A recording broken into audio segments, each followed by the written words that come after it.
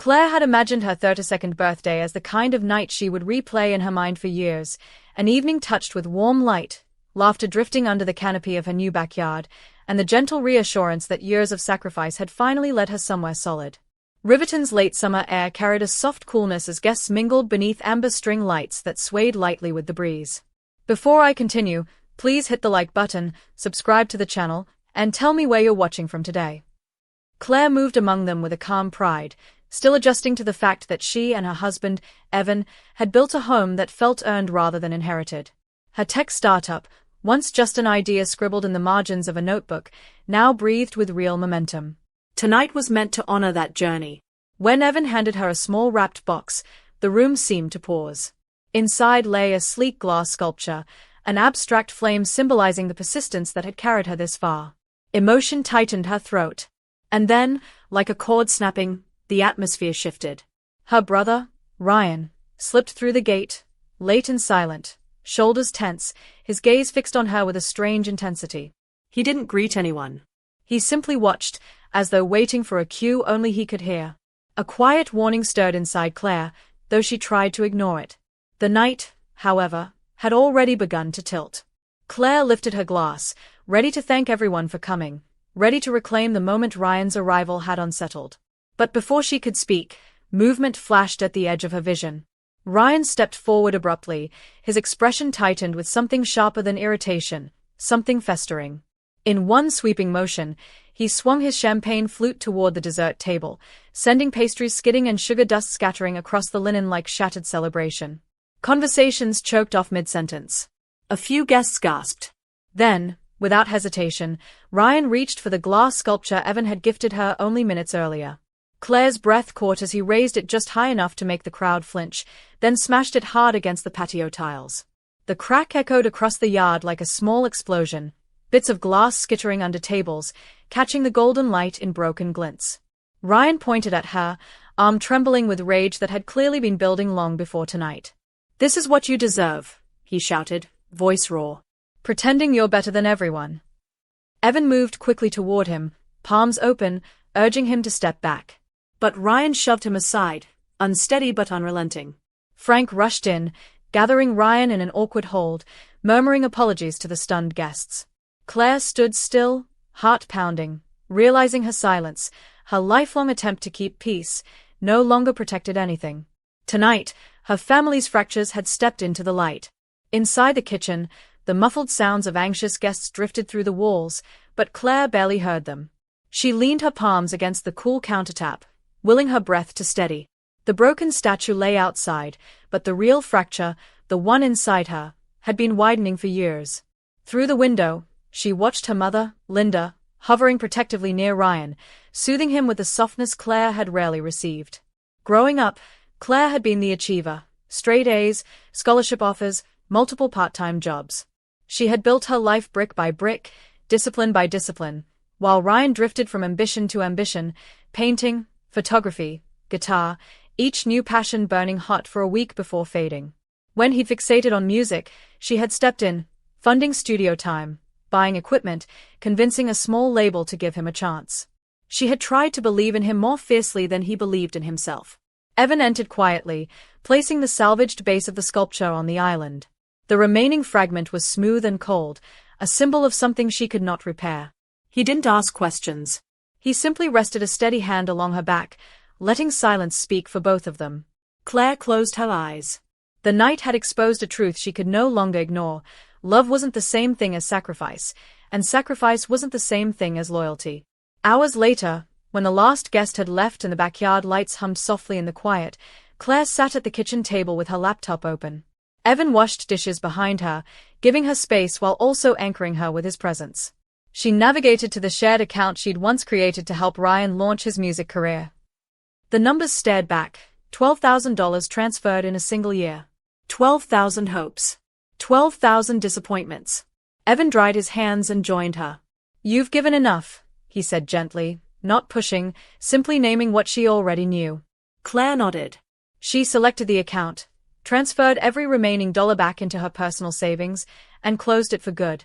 Her chest tightened, not with guilt, but with release. Next, she opened her email and drafted a message to Riverline Records, a brief, respectful note explaining that she no longer wished to sponsor Ryan's project. Her fingers hesitated above the keyboard before clicking send.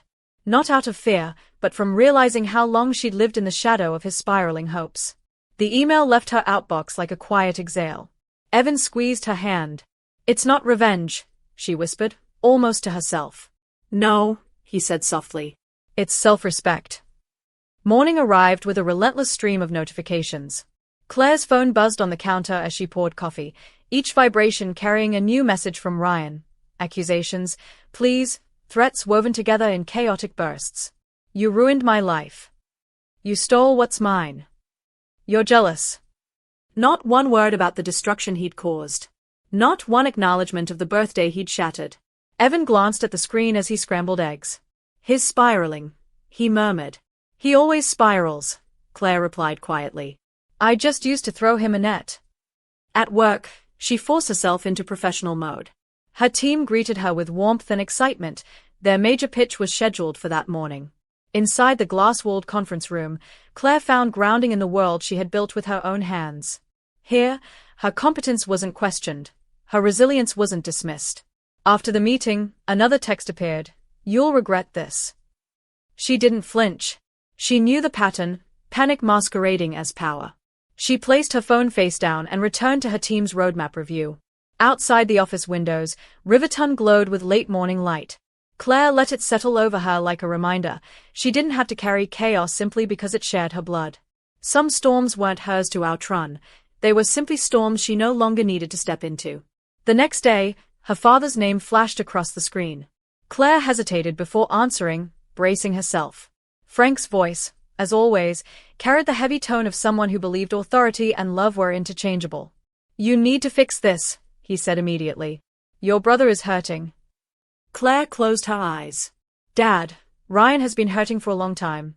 I just can't be responsible for his healing anymore." Frank exhaled sharply, as though her boundaries were a personal inconvenience. "Family doesn't quit." The call ended without warmth. No concern for her. No acknowledgement of the humiliation she had endured. Only duty. An hour later, Linda texted, "We stick together. Please make things right." Claire stared at the message, feeling decades of expectation press against her ribs. That evening at the dining table, she recounted the conversation to Evan. He slid a glass of wine toward her. "They are not seeing you," he said quietly. "They are only seeing the version of you that serves them." The next morning, her assistant approached with a strange look. "Someone's waiting for you in the lobby," she said. Claire stepped out, and there was Ryan, pacing in circles, agitation rolling off him like heat.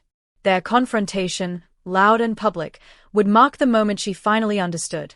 Protecting herself was not cruelty. It was survival. Ryan's voice cut through the lobby the moment she approached, sharp enough to draw startled glances. "You can't just ruin my future," he shouted, stepping toward her. "You owe me. You know you do." Claire kept her posture steady, though her pulse thudded in her ears. "This isn't the place for this conversation," she said evenly. But Ryan pushed closer, his words tumbling over each other. Demands, insults, frantic attempts to regain the control he'd never actually had. Evan appeared near the entrance, having stopped by after a nearby meeting. His expression changed instantly when he saw Ryan's posture. He stepped forward, placing himself between them with calm, immovable authority. "You need to leave," Evan said quietly. Ryan scoffed, then tried to push past him, but security was already approaching. Faced with the possibility of real consequences, he backed away, muttering curses as he stormed toward the exit. Claire exhaled slowly and went back to her office, hands trembling, not from fear, but from years of accumulated exhaustion breaking open. Evan followed a few minutes later, closing the door behind him. "He won't stop on his own," he said gently. Claire knew he was right. But she also knew something Ryan didn't. She was no longer afraid of letting the fallout land where it belonged. That evening, Claire was chopping vegetables when her colleague Miles called. "Hey," he said, voice tight, "you need to see something." A moment later, a link appeared, a TikTok video of Ryan sitting in his car, eyes red, voice trembling just enough to seem fragile. "My sister thinks she's better than me," he said to the camera.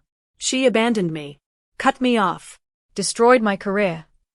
He spoke as if he were the victim of a great betrayal, weaving a story designed to elicit sympathy. Comments poured in, strangers urging him to stay strong, calling Claire selfish, cruel, heartless. Miles sighed. He's been posting all day. Claire watched the video twice. Not because she doubted her decision, but because it stunned her how easily Ryan manipulated the narrative. He didn't want truth. He wanted an audience. Evan leaned over her shoulder, jaw tightening. "He's exploiting you," he said. She nodded, setting the phone down. The digital storm roared in the background of their quiet kitchen, but Claire didn't rise to meet it. She stirred the pot on the stove, letting the simple rhythm steady her. Ryan could perform for the internet. But she wouldn't play the villain in his self-authored tragedy. Silence, she realized, was sometimes the most powerful boundary of all. The next morning, en route to a team check-in, Claire was stopped by Jane, who held her phone with a worried expression. "You might want to see this," she said. "Another video. This one filmed outside a music studio." Ryan stood with a guitar slung across his chest, speaking earnestly into the camera. "I'm not giving up," he declared. "Even though my sister sabotaged me, I'm raising funds to finish my album. Real artists don't quit." The clip ended with a link to a crowdfunding page already filled with emotional comments and small donations. Claire watched it with a strange calm. This wasn't new behavior. It was simply louder, more visible. Later that afternoon, she met Miles for lunch. Between bites of his sandwich, he hesitated before speaking. "Your parents paid off $6,000 of his debt last month," he said. "I thought you should know." Claire set her fork down slowly. The truth didn't hurt, it clarified. Her family had never wanted Ryan to grow, they wanted to protect the version of him that needed saving. Back at her office, she closed the door and allowed a long breath to leave her chest. Not sorrow. Not anger. Something quieter and sharper, recognition. She had been cast as the family's reliable safety net. But nets, she realized, could also be cut. That evening, Claire recounted the news to Evan as he prepared dinner. His knife paused midair. "Your parents paid his debt without telling you." She nodded. "They are keeping him afloat so he never has to touch the ground." Evan set the knife down, turning to face her. "And they expect you to do the same." But Claire felt different, more anchored, more awake. The old urgency to fix everything had dissolved. Instead, a quiet certainty grew within her. She could not change her family's patterns, but she could refuse to be woven into them. A few days later, a producer from Northbridge Music reached out. Ryan had contacted them, pitching his sadness as a marketable storyline, family betrayal, artistic resilience, the usual performance. "Just wanted to give you a heads up," the producer said. Claire thanked him, her voice steady. When she checked the crowdfunding page, it had stalled. Dozens of comments cheered Ryan on, but real support was thin. That Sunday afternoon, as she sorted documents in the living room, the doorbell rang. Frank and Linda stood outside, faces tight with purpose, as if they were arriving not for a conversation, but for a verdict. "We need to talk," Frank said, stepping inside without waiting. Claire stepped back, spine straightening. For the first time in her life, she wasn't stepping into their expectations. She was preparing to meet them. Claire guided her parents into the living room, every movement measured, every breath deliberate. They sat as though they owned the space. Frank with the rigid posture of a man certain he was right, Linda with the tender but firm expression Claire had seen her use on Ryan all her life. Claire remained standing, unwilling to shrink into a position of defense. Frank began immediately. "You've gone too far. Your brother is devastated." Linda nodded, eyes soft in a way that scolded Claire more than comforted her. "He needs you. You're abandoning him at the worst time." Claire felt an old ache stir. Memories of childhood where her needs were the negotiable ones, where Ryan's emotions always set the temperature of the house. But she forced her shoulders to relax, grounding herself in the woman she had become, not the girl they once shaped. "I've loved him," she said. "I've helped him, funded him, defended him. But he destroyed my birthday, humiliated me, and refuses to take responsibility for anything he's done." "I'm not abandoning him. I'm stepping out of a role that was never mine to live in." Frank's jaw tightened. Linda looked wounded. After a long, strained silence, they rose. Frank muttered, "We'll talk again." As the door closed behind them, Claire felt the room change, emptied of expectation, filled with a quiet she had earned rather than inherited. If you're still watching, please don't forget to subscribe, like the video, And tell me where you're watching from. The days following the confrontation carried a strange, weightless clarity. Miles updated her with news she had anticipated but still absorbed carefully. Riverline Records officially declined Ryan's project review. Northbridge Music showed no interest either. Without Claire's influence or funds, doors that once opened for him now remained firmly shut. Meanwhile, Ryan's crowdfunding campaign sputtered. A few encouraging comments, a handful of small donations, but nothing substantial. Momentum had faded. Claire didn't feel triumphant. She felt released. For the first time in years, Ryan's choices were finally meeting their consequences without dragging her down with them. Evan supported her in ways that didn't require words, packing her lunches, taking over errands, holding her hand during moments when guilt tried to creep back in like fog. Their home gradually shifted from a place of tension to a space of warmth as they began packing boxes for a move they'd planned long before the chaos. Leaving Riverton felt symbolic, a gentle severing from the environment where old expectations had deep roots. One evening, as the last box was sealed and stacked by the door, Claire stood back with a curious sensation. Not excitement. Not fear. Space. Real, breathing space. Their new home greeted them with a softness Claire hadn't realized she needed. Quieter streets, friendlier neighbors, evenings washed in gentle amber light instead of tension. The first night there, she and Evan unpacked only the essentials before collapsing onto the couch, surrounded by towers of boxes and the clean promise of starting over. Ryan continued sending sporadic messages, rage 1 hour, contrition the next, each an attempt to pull her back into the orbit of his emotional storm. When she finally blocked his number after an especially volatile message, the silence that followed felt unsettling at first, then unexpectedly peaceful. Her parents reacted with confusion and thinly veiled disappointment. Their texts came less often now, and when they did, they carried a careful politeness, as though addressing someone they could no longer predict or steer. In the evenings, Claire and Evan sat on their small front porch, sipping tea or planning recipes they wanted to try, watching the neighborhood settle into dusk. These simple moments, soft laughter, warm lamplight through windows, the quiet of a street without turmoil, felt like a life stitched together gently, deliberately. For the first time in a long while, Claire felt the edges of her life stop fraying. She was no longer patching holes, she was building something new. News about Ryan filtered to her through acquaintances rather than through family. Someone mentioned he was working at a cafe downtown, first washing dishes, then bussing tables, later learning how to steam milk for lattes. It wasn't glamorous, but it was work. Consistent, unfiltered work. Claire listened quietly, absorbing the information without judgment. She didn't feel satisfaction or sorrow, just an understanding that this was the first time Ryan's life was being shaped by effort rather than rescue. At home, small things brought her comfort. A neighbor dropping off homemade scones, a teenager walking his dog who waved every morning, the way sunlight pooled across her hardwood floors. Claire rediscovered a rhythm, morning coffee on the porch, strategy meetings with her team, weekend jogs that cleared her mind. Evan noticed the subtle shift in her, the loosened tension in her shoulders, the calmer tone in her voice when she recounted her day. "You're getting yourself back," he said one night as they folded laundry. Claire smiled, realizing he was right. The more she invested in her work, her marriage, and her own peace, the more she reclaimed pieces of herself she had set aside for years. Life wasn't loud or dramatic. It was steady, warm, and, for once, hers. Still, echoes of old expectations lingered. Every so often, a voicemail from Linda or a curt, clipped message from Frank appeared, polite on the surface, threaded with subtle pressure. "Have you checked on your brother? He's doing his best. Family should stay connected." Claire responded when she had the emotional room to do so, and sometimes not at all. She no longer felt obligated to explain her boundaries or defend her choices. Silence became a language of its own, clear, firm, and final. Work offered a different kind of stability. Her startup was heading into a demanding product launch, and the team pulled together with energetic focus. Jane refined deployment timelines, Miles coordinated marketing and outreach. Claire led with a steady clarity she hadn't felt in months. The launch succeeded. Clients raved about the simplicity and speed of their new features. That night, she and Evan celebrated quietly at home.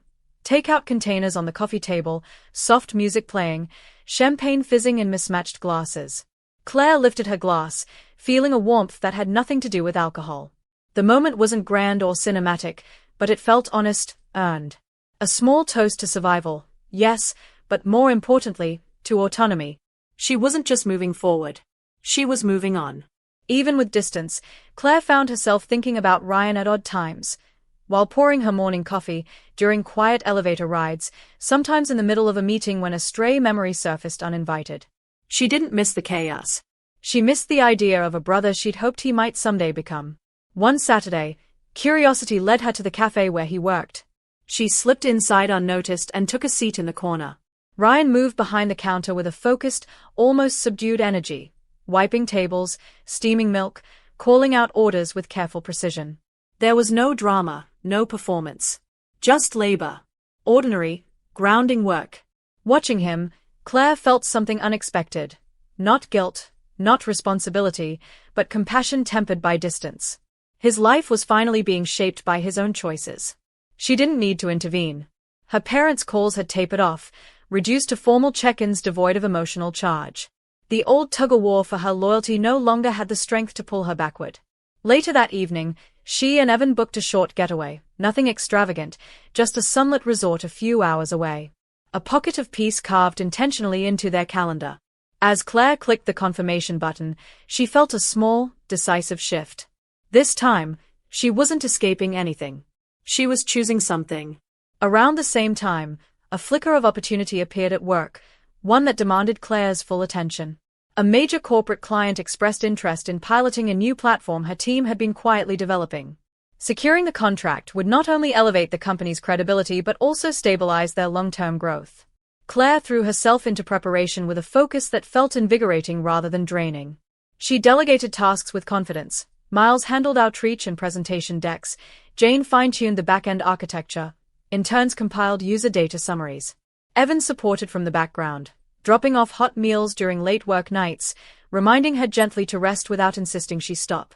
When the pilot finally launched, the client praised the system's clarity, responsiveness, and overall polish. Claire felt an expansive, affirming pride, one rooted in genuine accomplishment rather than obligation. That evening, she and Evan walked through their neighborhood, hands intertwined. The street lamps cast soft halos across the pavement, and the air carried the faint scent of jasmine. "This feels like a new chapter," Evan said. "It is," Claire replied, feeling the truth settle warmly in her chest. For the first time in months, the future didn't feel like something approaching her. It felt like something she was shaping with intention and clarity. From time to time, updates about Ryan drifted into Claire's awareness through friends or social media. He still worked cafe shifts and had taken to performing short acoustic sets during weekend open mic nights. The clips showed him singing small, earnest songs, not polished or viral, but honest in their own unassuming way. The internet, once wild with sympathy, had moved on. Ryan was learning what it meant to build something slowly, without applause. Claire didn't feel vindicated. She simply understood that growth often happened in the quiet, unglamorous corners of life, places Ryan had avoided for years. At home, she and Evan developed gentle rhythms that made their days feel balanced. Sunday pancakes became a ritual. Evening walks helped them unwind. Budgeting sessions, once a source of stress, became opportunities for shared planning rather than silent resentment. Claire also trimmed her digital world. She left the family group chat on mute, filtered incoming messages, and created space where her emotions could breathe without intrusion. Her world felt simpler now, intentionally so. Instead of constantly reacting to emergencies, she was living in conversations, in meals, in projects, in moments that didn't demand crisis-level attention. Months passed, each one carrying Claire further from the turbulence that had once defined her family dynamics. She reconnected with old friends, the kind she used to cancel on whenever Ryan spiraled. Dinners turned into shared laughter, and plans no longer carried the underlying question, what if he needs me? Her marriage deepened in ordinary, comforting ways. Grocery lists written together on scraps of paper. Light debates over wall colors. Quiet weekends where she and Evan read on opposite ends of the couch, their feet touching like a silent reassurance. At work, her startup expanded organically. Miles stepped into a larger leadership role. Jane became a mentor to junior developers. New hires brought fresh energy. Claire felt herself growing with the company, not out of necessity, but out of desire. Occasionally, she heard updates about Ryan. Small but significant ones. He had taken a consistent morning shift at the cafe. He was saving money. He performed at the bookstore now, not for the internet, but for whoever happened to wander in. It wasn't triumph, but it was movement toward stability. Her parents' messages softened. Less pressure. More politeness. Still distant, but no longer demanding. As spring warmed the edges of their neighborhood, Claire and Evan finalized their plans for the getaway they had promised themselves months earlier. Packing felt strangely symbolic, tucking away old stresses with each folded shirt, clearing mental space as they zipped their suitcases shut. Before leaving, Claire took practical steps to secure her boundaries. She updated her phone settings, blocked lingering numbers she no longer wished to engage with, and asked a lawyer friend to review her financial protections. These weren't acts of fear, they were acts of clarity. Evan watched her with quiet admiration. "You've changed," he said softly. "No," Claire replied, slipping her passport into her bag. "I've stopped abandoning myself." They locked the door behind them and walked to the car, sunlight spilling across the driveway like a small blessing. The drive to the resort felt effortless, the landscape unfolding in long ribbons of green and gold. For the first time in years, Claire wasn't bracing for the next emotional storm. She wasn't preparing arguments or rehearsing apologies. She was stepping into rest with open hands. The future no longer felt like a battlefield. It felt like a horizon, wide, quiet, and entirely hers to follow. The resort greeted them with clean ocean air and long stretches of pale shoreline, waves brushing the sand in slow, unhurried strokes. Claire felt her shoulders ease the moment she stepped onto the balcony of their room. Sunlight shimmered across the water, and below them, palm trees swayed with a gentleness she hadn't felt in her own life for years. Their days unfolded without pressure. In the mornings, she and Evan walked barefoot along the surf, letting cool water wash over their ankles as they talked about simple things, recipes they wanted to try, hobbies they might explore, distant cities they hoped to visit someday. There was no heaviness hidden beneath the words. No undertone of crisis. Afternoons were filled with books, naps, quiet swims. Evan dozed in a lounge chair while Claire read novels she once never had time for. Evenings brought soft music drifting from the resort bar and dinners under warm lantern lights. One night, as they ate on their balcony, Evan reached across the table and gently touched her hand. "You feel freer," he said. Claire looked out at the moonlit water and nodded. "I finally am." Returning home, Claire felt the shift immediately, not in her surroundings, but within herself. She unpacked slowly, savoring the quiet rhythm of placing clothes back in drawers, setting books on nightstands, restoring order without urgency. Her life felt familiar but newly aligned, as if something inside her had clicked back into place. A few days later, she received a brief message from a mutual acquaintance. Ryan had begun performing acoustic sets at a small bookstore cafe on weekends. Nothing sensational. No sweeping claims of betrayal or stardom. Just music, soft, genuine, unembellished. He was still working his shifts at the cafe, showing up on time, earning his money, learning the discipline of ordinary work. Claire read the message twice. Not with hope for reunion, nor with resentment. Simply with recognition. Growth wasn't always dramatic, sometimes it looked like quiet consistency. A week later, a holiday card arrived from her parents, short, polite, almost formal. Not warm, but not demanding. A small shift, but a shift nonetheless. Claire placed it on the shelf without expectation. Her boundaries hadn't severed her family, they had reshaped the ways she allowed them into her life. For the first time, her inner world matched her outer world, steady, uncluttered, and authentically hers. Spring arrived early, washing the neighborhood in soft greens and warm evening light. One Saturday, Claire stood in her backyard trimming the row of lavender she and Evan had planted weeks earlier. The scent drifted softly into the air, clean, calming, a reminder that growth could be both slow and beautiful.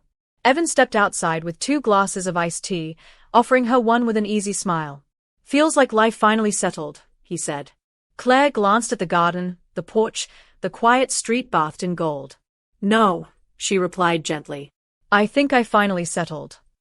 They sat together on the porch steps, sipping tea as children's laughter drifted from down the street and birdsong echoed from the trees. Claire let the breeze move through her hair, felt the warmth on her skin, and allowed herself a moment of full presence. She thought of the year behind her, the shattered glass, the accusations, the unraveling of roles she never chose. She thought of the boundaries she set, the space she claimed, the woman she had fought to protect. There was no regret. Only clarity. Only peace. Claire wasn't running anymore, and she wasn't carrying storms that weren't hers. She was here, rooted, steady, whole. She felt entirely, undeniably in her own light. Thank you for watching till the end. Don't forget to subscribe, like the video, and share your thoughts in the comments.